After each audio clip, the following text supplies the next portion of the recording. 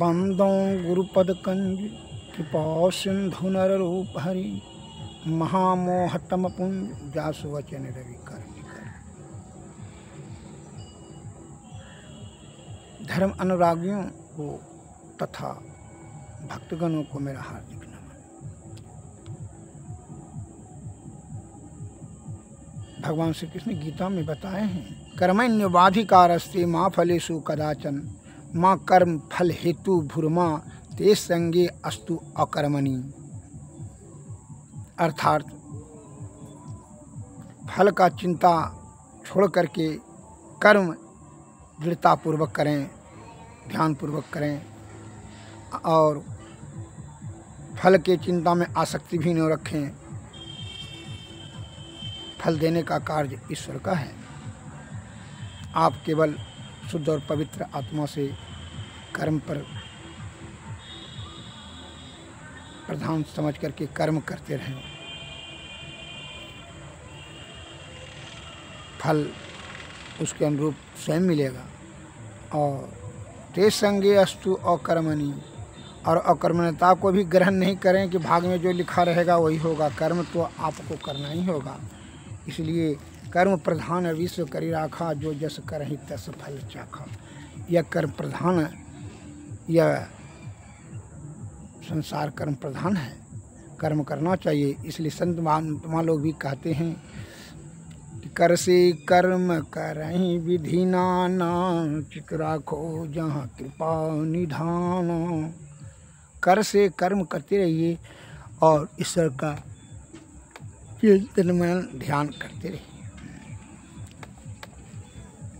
कहा है ईश्वर पर ध्यान इसलिए कि मन और हृदय की शुद्धि होगी। मन और अहंकार आपके नियंत्रण में रहेगा।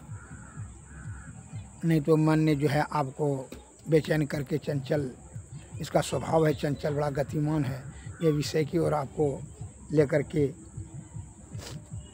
डुबा ही देगा। विषय में आसक्ति हो जाने के कारण से आप नाना प्रकार का कुकर्म करने के लिए आपको बाध्य कर देगा।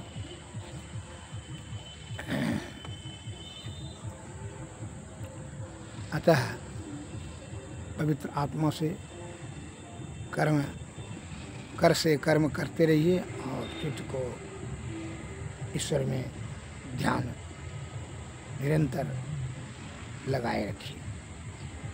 इससे सुख और परम सुख दोनों प्राप्त हो जाएगा। एक मैं लघु कथा कह रहा हूँ, ध्यान से सुनेंगे। कि एक सज्जन के पास 4 बेटा पुतहु पोता सब थे। बड़ा, लेकिन सभी बड़ा गरीब, बड़ा दरिद्र थे। आधा पेट भोजन भी सही से नहीं मिलता था। उसमें क्या था कि कर्म तो करने के लिए तैयार था, लेकिन बड़ा आलसपूर्वक, ज्ञान उसमें वह प्रयोग ही नहीं करता था। जब कोई काम करने के लिए कहने के लिए आता था तो करने लग जाता था, अपने से काम न खोजने लग जाता था, जिसके कारण से महीना में 2 दिन 4 दिन काम मिलता था और जो उसी में होता था आधा पेट भोजन प्राप्त करके बड़ा शरीर दुर्बल हो गया था सभी बाल बच्चा का तथा उनका। तो छोटकी पुतहु जब आई तो वह जो है विचारमंद थी, पढ़ी लिखी और आत्मज्ञानी थी। धर्म में जो है धर्म मानने वाली थी, धर्म की अनुरागिनी थी। धर्म के प्रति और ईश्वर के प्रति बड़ी उनकी श्रद्धा और आस्था थी। और कर्म में भी बड़ी वह दृढ़ता और निष्ठापूर्वक करती थी। घर में जब छोटकी पुतहु आई तो घर का स्थिति देख करके दुखी हुई और फिर जो है अपने ज्ञान के साथ धैर्य धारण करके ज्ञान का प्रयोग करने लगी। वह बोली, सभी परिवार को बैठा करके सुनिए, आप लोग को कर्म करने का जो तरीका है,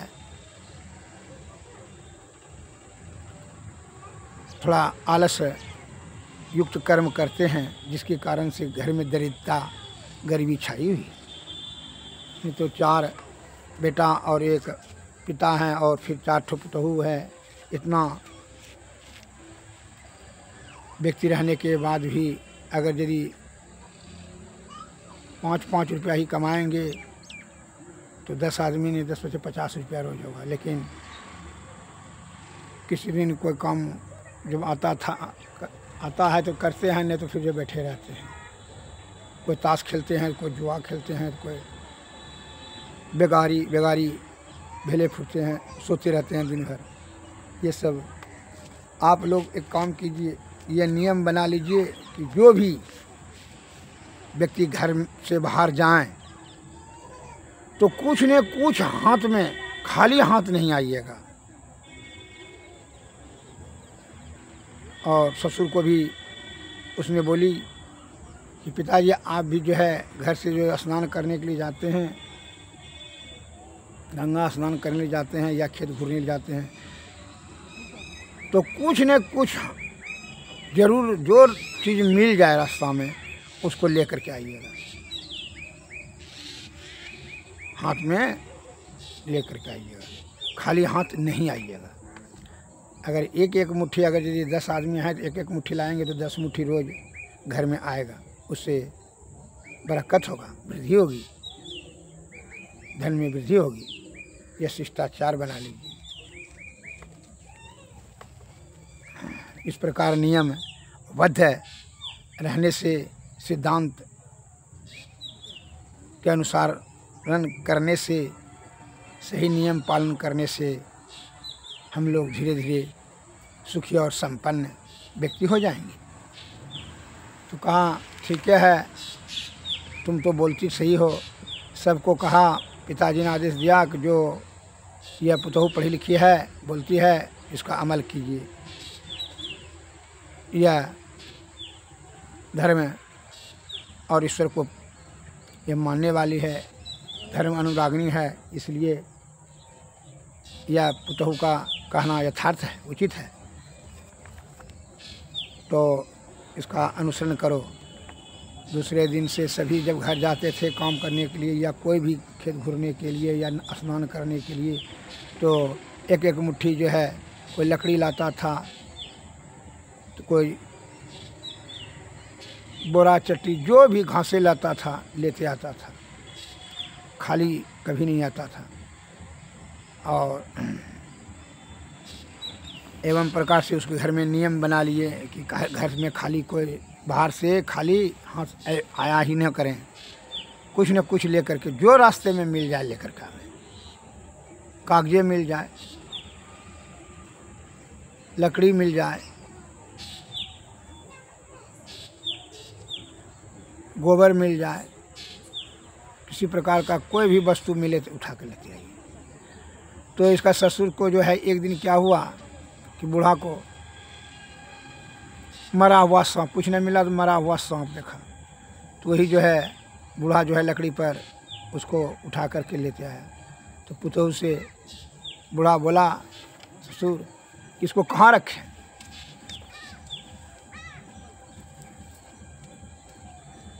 वह उसने कहा ठीक है, इसको जो है आप छपरी पर रख दीजिए।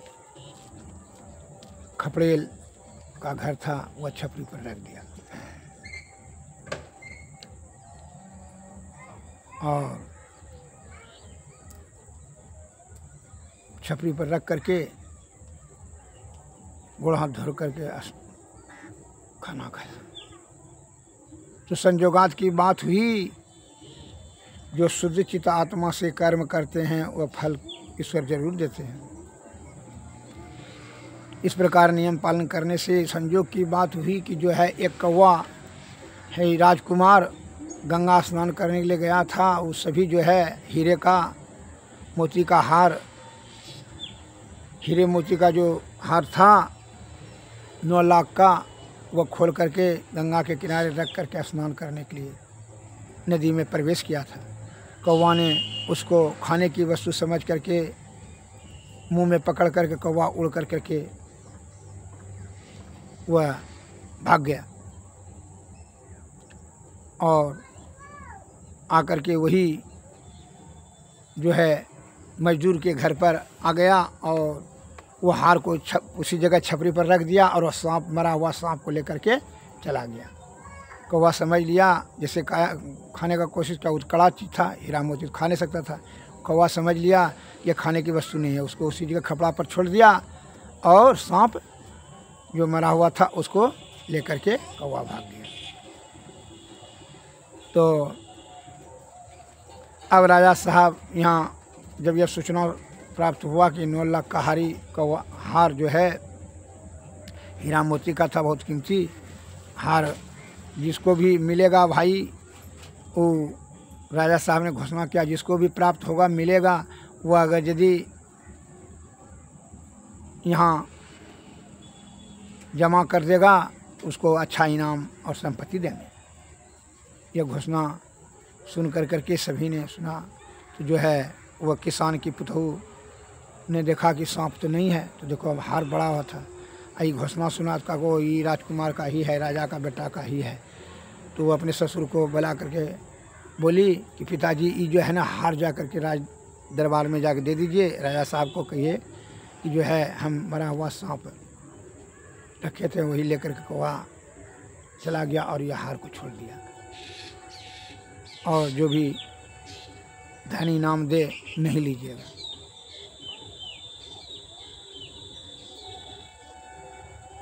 उसके पुतहू अंतर्ज्ञानी थे, आत्मज्ञानी थी, और वो जो कहती थी सभी परिवार उसके बात का अनुसरण करती थी, मानती थी।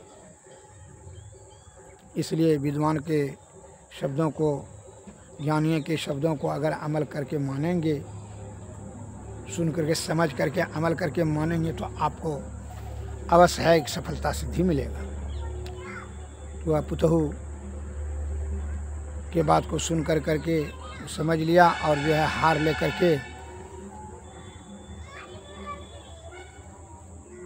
के आया उसका ससुर मजदूर, और वह राजा साहब को देते हुए हार बोला कि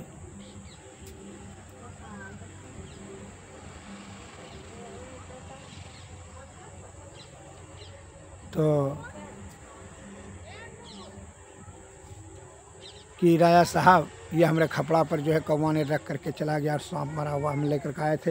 हमारी पुतहू का यह सिद्धांत घर में बनाए हैं कि खाली यहाँ तो कोई चीज़ नहीं घर में लेकर के आइए, कुछ न कुछ लेकर के आइए। यह सिद्धांत का हम लोग पालन करें। हम मरा हुआ सांप जो है एक दिन पहले ला करके खपड़ा पर रखे थे, छपरी पर, अपने मकान के छप्पर पर, तो वही सांप को लेकर के यहाँ छोड़ करके कौवा चला गया। तो कहा ठीक है। इनाम देने लगा तो किसान ने नहीं लिया, कहा हमने इनाम नहीं लेंगे। मेरा पुतहू का कहना है कि इनाम का लालच न कीजिए। कहा अच्छा ठीक है, उसको राज दरबार में बुलाइए। उसकी पुतहू आई राज दरबार में, क्या आप जो है इनाम क्यों नहीं लेने का घर में आदेश दे रखी है, क्या बात है, इससे क्या हानि होगा? तो आदत खराब हो जाएगा राजा साहब, हराम का खाने का आदत खराब हो जाएगा, और उससे क्या होगा, अकर्मण्यता हो जाएगा, आलसी हो जाएगा। अगर यदि आप मुफ्त में 1-2 लाख रुपया दे देंगे तो वही खाने के लिए जो है बुरा आदत भी हो जाएगा और आलसी हो जाएगा। और अभी बढ़िया पुआ पकवान खाने लगेगा, पैसा जब ख़त्म हो जाएगा तो वही आदत में जो है उसको चोर का प्रवृत्ति हो जाएगा। इसलिए इनाम मुफ्त में धन लेना उचित नहीं है। यही सिद्धांत का है कि हमारे पिताजी संत मत में सत्संगिक हैं, इसलिए उन्होंने शिक्षा दिए हैं कि झूठ, चोरी, नशा, हिंसा और बेविचारी से दूर रहो। यह महापाप है, इसलिए इससे दूर रहो। तो इनाम बिना मेहनत का धन अगर मिल जाए तो उसमें समझ लीजिए बहुत बड़ी हानि होगी। इसलिए सिद्धांत बनाए हैं कि बिना मेहनत का भोजन नहीं करना चाहिए। कहा अच्छी बात है, बड़ा खुश है तुम्हारे सिद्धांत से। कहा अगर यदि आप कुछ इनाम देने का इच्छा है राजन, तो कृपा करके आप काम दीजिए हमारे ससुर को एवं भैंसुर को और हमारे ससुर के चारों बेटा को, और स्त्री सब भी बेरोजगार बैठी हुई है। अगर यदि आपकी कृपा हो तो कोई काम दीजिए, काम करने के लिए मैं तैयार हूँ। और हम लोग परिवार आपका राज का कोई काम हो तो कहिए। एवं प्रकार से यथोचित योग्यता के आधार पर राजा साहब ने सभी को काम दिया। वो मजदूर के बेटा को जो है सिपाही का नौकरी दिया, और इसको जो है गाय भैंस खिलाने की नौकरी दिया, और सबको दाल दरने का, आटा पीसने का इत्यादि का नौकरी दिया। इससे उसका रोजी रोजगार चलने लगा और घर में आमदनी होने लगा और सभी परिवार ये सुखी और संपन्न हो गया। ज्ञानी का बात इसलिए कहते हैं कि ज्ञानियों के बात को जो बुझे उसे तीनों लोक सूझे। संतन की मति अति गोई, इसे जाने नहीं कोई। संतन का मति अति गंभीर होता है, बुद्धि बड़ा गंभीर होता है। वह परम आनंद प्राप्त करने के लिए आपको प्रवचन के माध्यम से बताते हैं, और ज्ञानी ज्ञान से आपको सुख और समृद्धि और शांति प्राप्त करने के बारे में बताते हैं। सभी समस्याओं से सुलझने के लिए, हल करने के लिए यह ज्ञान बताते हैं। किस प्रकार जीवन जीना चाहिए इस प्रकार को बताते हैं। अतः ज्ञानियों के शब्दों को समझ करके अमल करना चाहिए, इससे आपको सफलता अवश्य मिलेगी। सदगुरु महाराज की जय। इसलिए कर्म करने में आलस नहीं करना चाहिए, और कर्म जब करे तो उसमें लालच भी नहीं करना चाहिए, फल की आसक्ति भी नहीं रखना चाहिए। फल जो है कर्म के अनुसार से ईश्वर देंगे, अवश्य देंगे। का एक फल पर चिंता रखने से जो है ना कर्म करने में आपकी ढील हुसी हो जाएगी। इसीलिए दृढ़ संकल्प से शुद्ध चित्त आत्मा से कर्म करते रहिए, जो फल मिला। कर्म करने से, सिद्धांत पर चलने से उसको फल मिला। वो मजदूर जो है धीरे धीरे वह सुखी हो गया, दरिद्रता उसकी नष्ट होगी, संपन्न हो गया, धनी आदमी हो गया। एक उदाहरण और मैं आपको देता हूँ कि एक सेठ जी ने अनाज जो है गेहूँ, चावल, चना,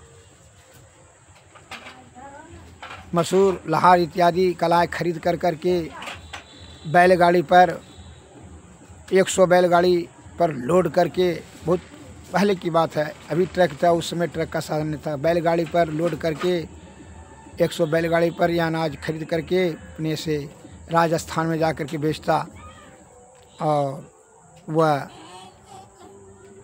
अच्छा दाम में दोगुना नफ़ा होता।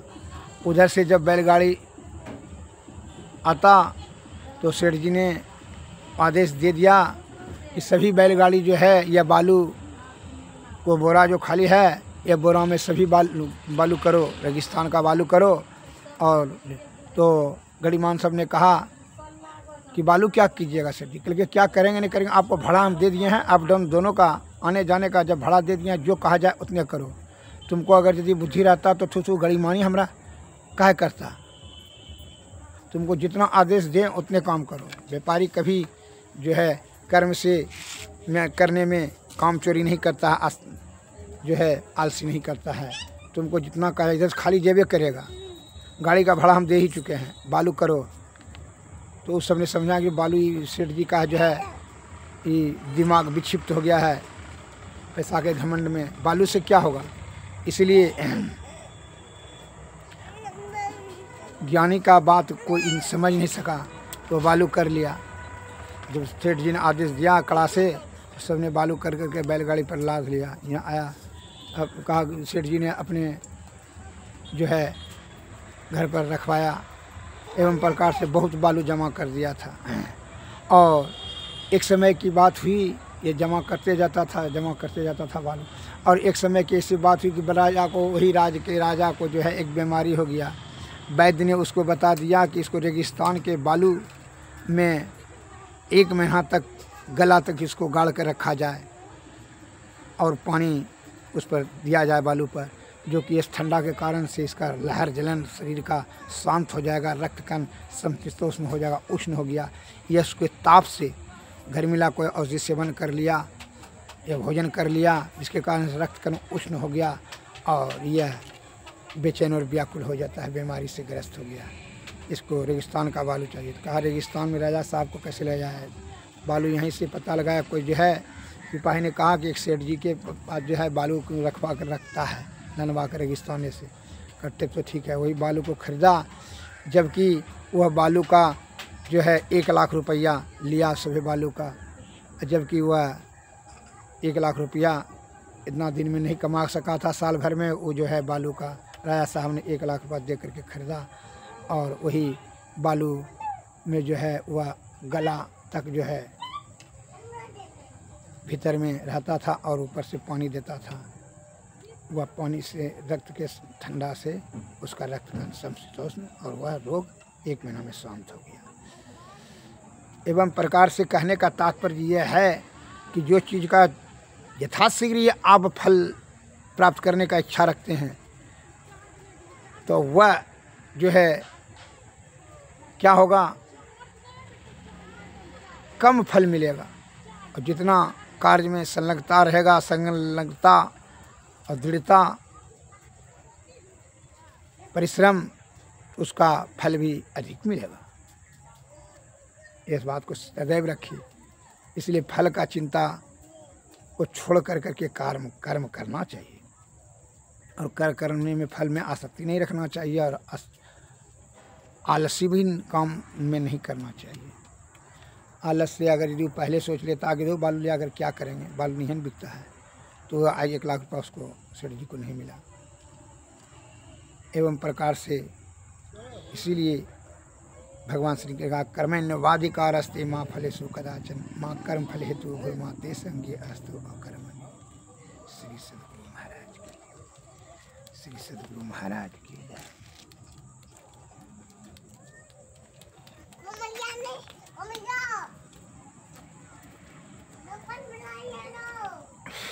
गुरु की स्तुति। नमामि अमितं ज्ञानं रूपं कृपालम् अगम बोध दाता सुबुद्धिनिधि विशालम् क्षमाशीलम् अतिधीर गंभीर ज्ञानम् धर्म किल दृढ़ धीर समधीर ध्यानम् जगत प्राणकारी अघारी उदारम भगत प्राण रूपम दया गुण आधारम। नमो सद्गुरुम ज्ञानदाता सुस्वामी।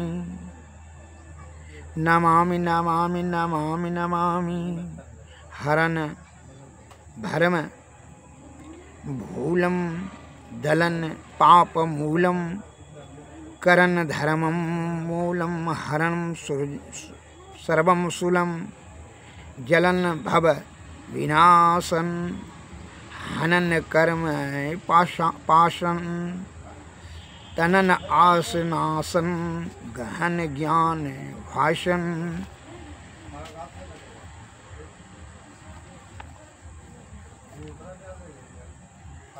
युगल युगल रत्न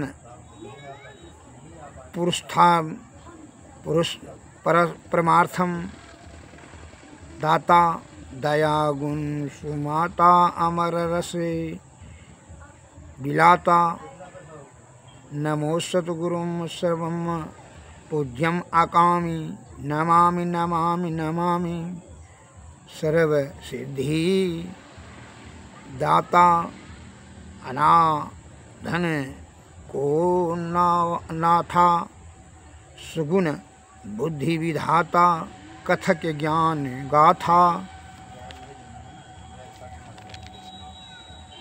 परम शांतिदायक सुपूज्यन को नायक परम सत सहायक अधर कर सहायक महाधीर योगी विषय रस वियोगी हृदय यति अरोगी परम शांति भोगी नमो सद्गुरु सार पारस सुस्वामी नमामि नमामि नमामि महाधीर कामादि दोषम विनाशन महाजोर मकरध्वंद मन वल हरासन महा रेम जलधर तृष्णा सुखायक महासुख भंडार संतोषदायक महाशक्तिदायक सकल गुण करे दाता महामोह त्रासन दलनधार सुगाता नमो सद्गुरुं सत्य धर्मं सुधामि नमामि नमामि नमामि जो दृष्टि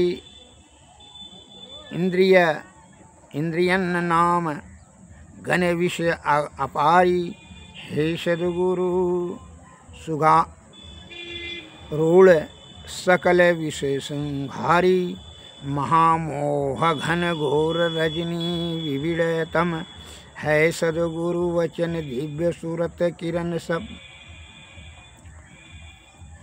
महाराज सद्गुरु हैं राजन को राजा है जिनकी कृपा से सरे सर्व काजा मने में ही सोई परम गुरु नमामि नमामि नमामि सद्गुरु नमो सत्य ज्ञानम स्वरूपम सदाचारी पुरन सदानंद रूपम तरुण मोह घनतम विनाशन तमारी तरुण तरनाहं विनातन विहारी गुणत्रय अतीतम सूय परम पुनीतम गुणसागर संसार द्वैंद अनीत अतीतम रुजे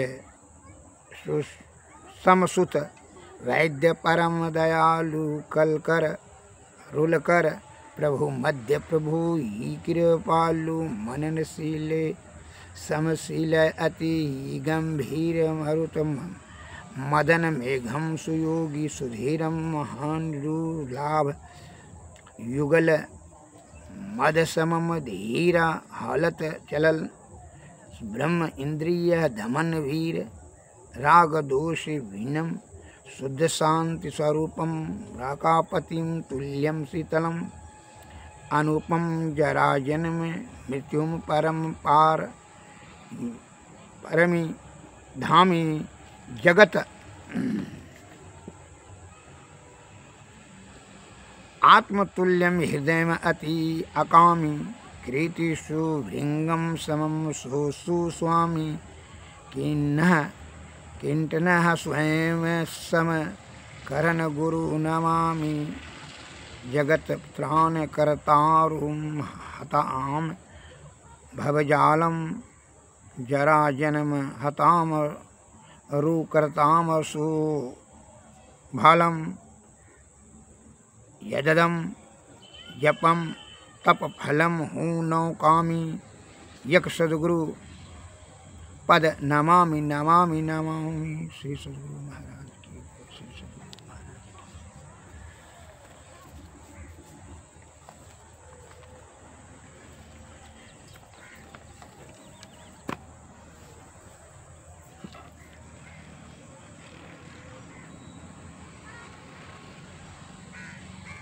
सद्गुरुवे नमः सद्गुरुवे नमः।